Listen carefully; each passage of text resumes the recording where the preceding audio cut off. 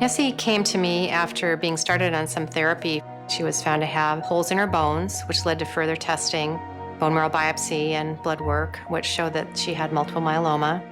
And so that's when I first found out, and I had no idea what multiple myeloma was.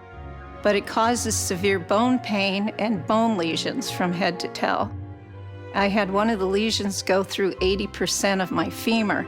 So I have a titanium rod down the middle of the bone from my hip to my knee.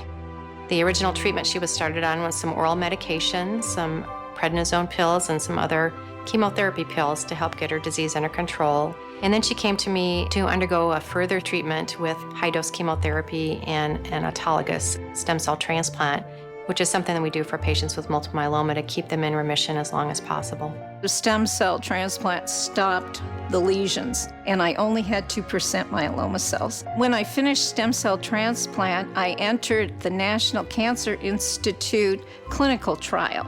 But what I was so fortunate with is that the Nebraska Medical Center is the one who runs that test for the area, for the National Cancer Institute. So, right here in Omaha, I was very pleased. Nessie's now over 2 years from her stem cell transplant. She continues to take the medication to try to keep her into remission. And she's also taking medication to continue to strengthen her bones on a regular basis. And this is considered standard of care now based upon the trial that she participated in.